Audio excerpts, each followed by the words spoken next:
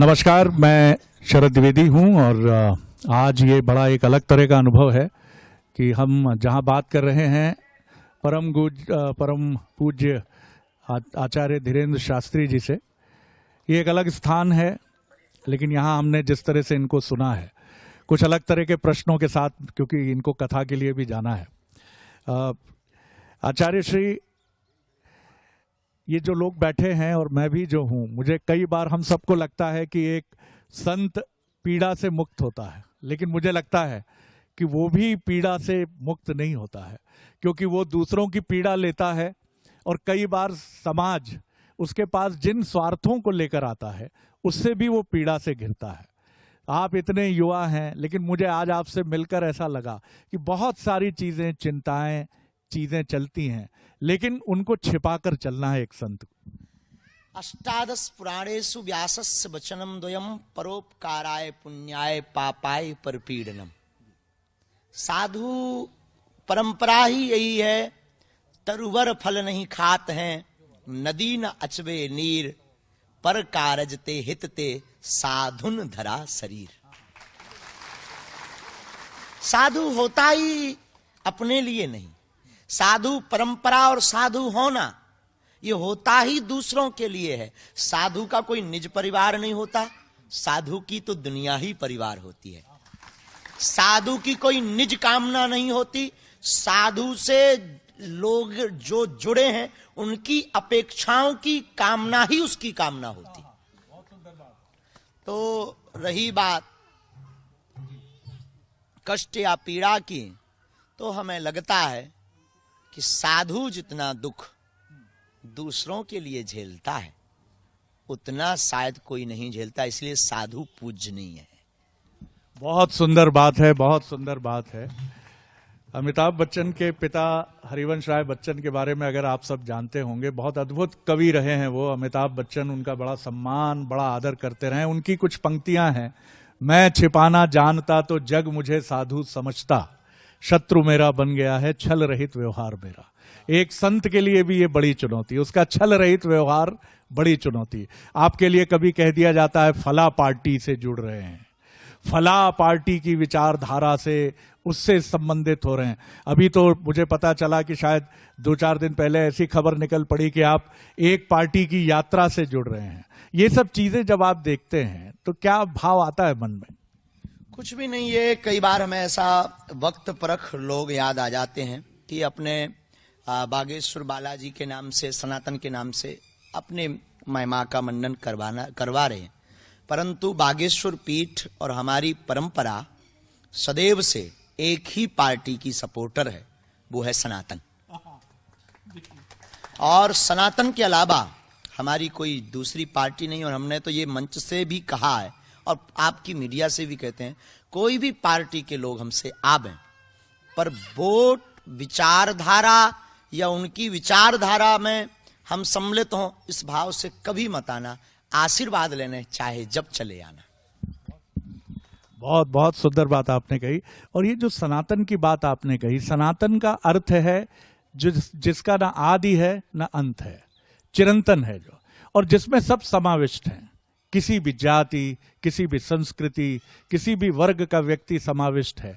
और इसीलिए ये भारत भूमि आदिकाल से इस्लाम, क्रिश्चियनिटी, बौद्धिस्ट सभी धर्मों की जन्मदात्री रही है। आप किस तरह देखते हैं सनातन की ये धारा? क्योंकि पहले आपके एक वक्तव्य को लेकर बहुत सारी बातें कही गई। सनातन आपकी बात को शायद ठीक से समझा नहीं गया।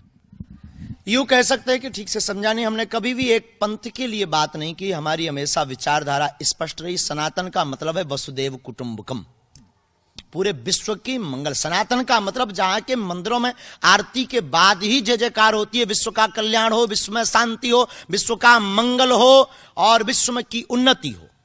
तो सनातन का मतलब ही है जो समूचे विश्व का मंगल की कामना करता है। सनातन का मतलब है जो सबका जनक है। सनातन का मतलब है जो पुरातन है। सनातन का मतलब है जो प्राचीन है। सनातन का मतलब है जिससे ही अन्य मजहब और पंथ प्रकट हुए हैं। तो हमारा सनातन कभी भी खंड विखंड सिखाता ही नहीं। हमारा सनातन, हमने भारत को हिंदू राष्ट्र या सनातन की बात क्यों कही? सिर्फ इसीलिए ही कही है कि एक यही फॉर्मूला और उपाय है जिससे भारत जो खंड खंड हो रहा है, जो खंड खंड होने की कगार पर पुनः जा रहा है, इससे बचा जा सकता है इस फॉर्मूले से। बहुत आपने बहुत गंभीर बात कही है और मुझे लगता है कि इसको समझने की आवश्यकता है। सनातन जो है वो ना किसी के विरोध में है, बल्कि वो मानवता के समर्थन में है, वही सनातन है। संतों में भी प्रतिस्पर्धा होती है? ऐसा तो नहीं है। अगर प्रतिस्पर्धा है तो संत नहीं है। बहुत सुंदर बात है। अगर प्रतिस्पर्धा है तो संत नहीं। प्रतिस्पर्धा तो लौकिक व्यवहार में होती है, और साधु का लक्ष्य तो अलौकिक होता है, और अलौकिक में कोई प्रतिस्पर्धा नहीं है। स्पेस में वर्तमान में कोई कंपटीशन नहीं है। वर्तमान में कोई कंपटीशन नहीं है। एक बहुत सुंदर बात आपने कही कि मुक्त हो जाओ। आप यहां जो, मैं धन्यवाद दूंगा जेल प्रशासन को और यहाँ के जो सुपरिंटेंडेंट हैं कि एक ऐसा कार्यक्रम यहाँ रखा गया। हम सब दरअसल बंदी ही हैं, ऐसा प्रतीत होता है। कोई चिंता का बंदी है, कोई बीमारी का बंदी है, कोई धन के प्रति आसक्ति का बंदी है, तो कोई काम क्रोध लोभ मद का बंदी है। इससे मुक्त कैसे हुआ जाए? आपने बहुत सुंदर बात कही, लेकिन मैं एक बार और चाहूंगा कि यहां सब लोग बैठे हैं, सब ये समझें कि हम सब कैदी हैं। जब बंदी हैं, हम लग रहा है कि हम स्वतंत्र हैं, लेकिन हम तो कैद में हैं। हम आप सब पूर्णतया कैद में हैं। आज हम आप टीकमगढ़ के इस कारागृह में बैठे हैं, और सच ये है कि हम लोग पहले से ही कारागृह में संसार के, उसमें भी हम लोग जी रहे हैं और बैठे हैं। इस बंधन से होने का सदगुरु ही एक उपाय है, और सदगुरु वेद वचन विश्वासा। सदगुरु के वचन, सदगुरु मतलब वेद, रामचरितमानस, गीता, ये हमारी सदगुरु है। इनको आप जब पढ़ेंगे तब इन्होंने एक ही चीज सिखाई है, संसार में रहो बाहर से, परमात्मा में जियो अंदर से। ये एक ऐसा उपाय है, एक ऐसा फॉर्मूला है जिससे आप जीते जी मुक्त हो सकते। हम तो कई बार बोलते भी हैं अपनी कथा के माध्यम से कि मौज मत खोजो, मोक्ष खोजो। मौज को खोजोगे, मजा को खोजोगे तो सजा पाओगे, मोक्ष को खोजोगे तो जीते जी मुक्त हो जाओगे। मरने के बाद मोक्ष या मुक्ति की हम कभी कल्पना मानते ही नहीं, और मरने के बाद अगर कोई कल्पना करता भी है तो झूठी है। मरने के बाद किसने मोक्ष देखा है? जीते जी मुक्त होकर बताओ, तब बहादुर माने। बहुत सुंदर बात है। मैं आपको ईमानदारी से कहूं तो इतनी गहरी बात, मैं सोच रहा था, कमाल की बात आपने कही है कि जीते जी अगर मुक्त हो जाओ तो मुक्ति तो वो है। आप देखिए कितनी, आप समझिए इस बात को कि हम सब बंदी हैं। आपको लगता है आप कारागार के बंदी हैं, लेकिन बंदी पूरा संसार है। तो मुक्त होना कितना आवश्यक है। आप किस कब समय मिलता है पढ़ने का? पूरे समय लोगों का हुजूम, सुबह शाम। मुझे पता चला कि आज सुबह आप 9 बजे सोए हैं, 2 घंटे की नींद, 3 घंटे की नींद, उसके बाद फिर भीड़ का हुजूम, और कभी ना नहीं है। तो कब पढ़ने का समय मिलता है और क्या पढ़ते हैं? कि कुछ दार्शनिकों को भी पढ़ते हैं आप? हमने दार्शनिकों को बहुत माना है, और दार्शनिकता पर हमारा भरोसा बहुत ज्यादा है, लेकिन हमारी पढ़ाई आने वाले लोग ही जो आते हैं, हम उनसे ही कुछ पढ़ते हैं। वो जब अपनी वृथा बताते हैं तो हम उनसे ही पढ़ते हैं। और हमारे पास जो हमारी चेतना है, उस चेतना के माध्यम से जब उनके मस्तिष्क में हम प्रवेश करते हैं, वहीं हमारी पढ़ाई प्रारंभ हो जाती है। जिसे आदि जगतगुरु शंकराचार्य ने परकाया प्रवेश का नाम दिया है।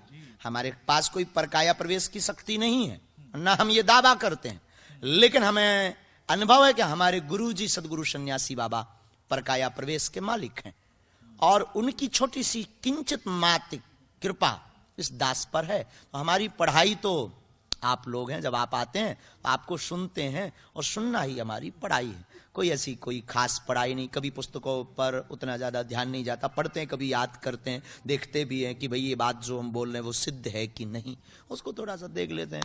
बाकी हमारी पढ़ाई अनुभव से बड़ी कोई पढ़ाई भी नहीं। क्योंकि तू कहता है कागज देखी, मैं कहता हूं तू कहता है कागज लेखी, मैं कहता हूं आंखों देखी। तो हमें लगता है कि पढ़ाई तो ठीक है, रामचरितमानस तो सबने पढ़ी, उतार करके जियो तब मजा है।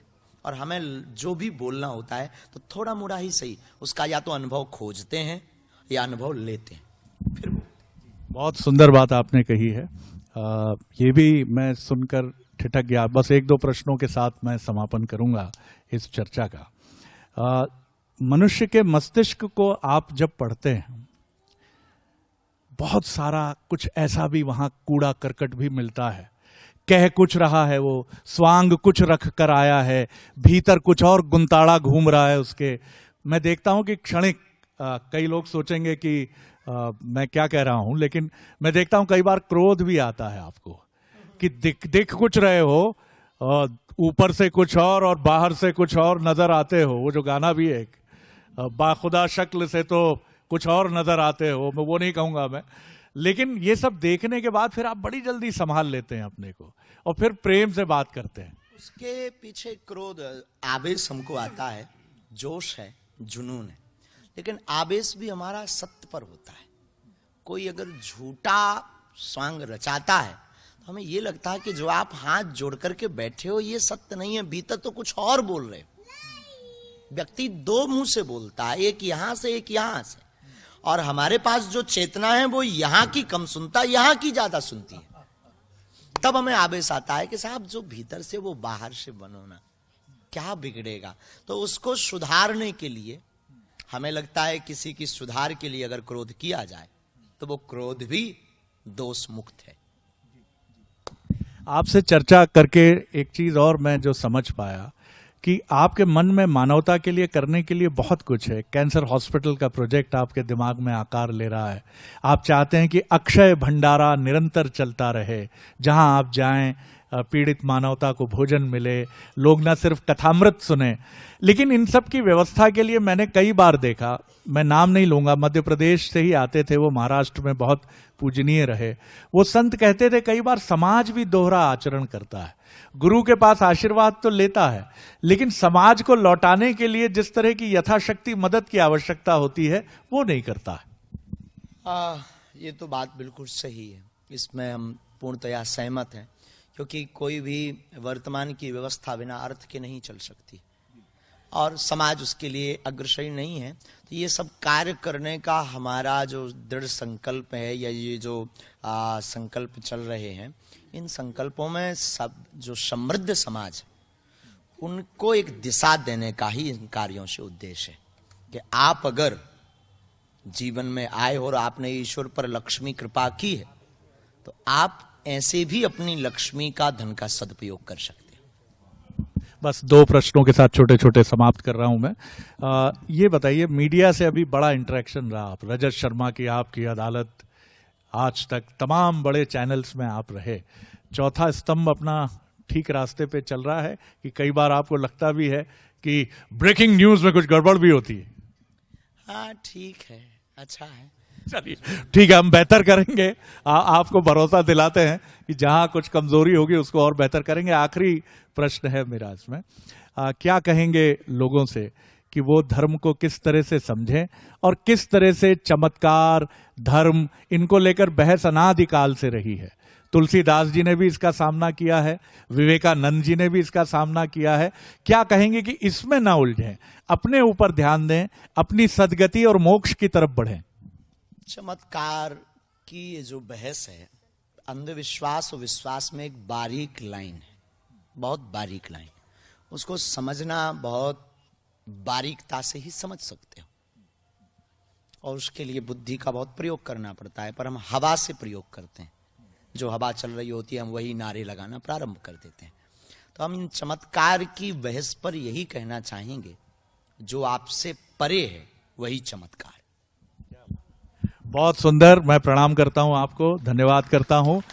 एक शेर मुझे याद आता है कि अच्छा है दिल के साथ रहे पास बाने अक्ल, लेकिन कभी कभी उसे तन्हा भी छोड़ दे। अक्ल से बहुत सारी चीजें समझी नहीं जा सकती हैं, कुछ चीजों के लिए विश्वास और हृदय का होना बहुत जरूरी है, उससे आगे बढ़िए। बहुत बहुत धन्यवाद।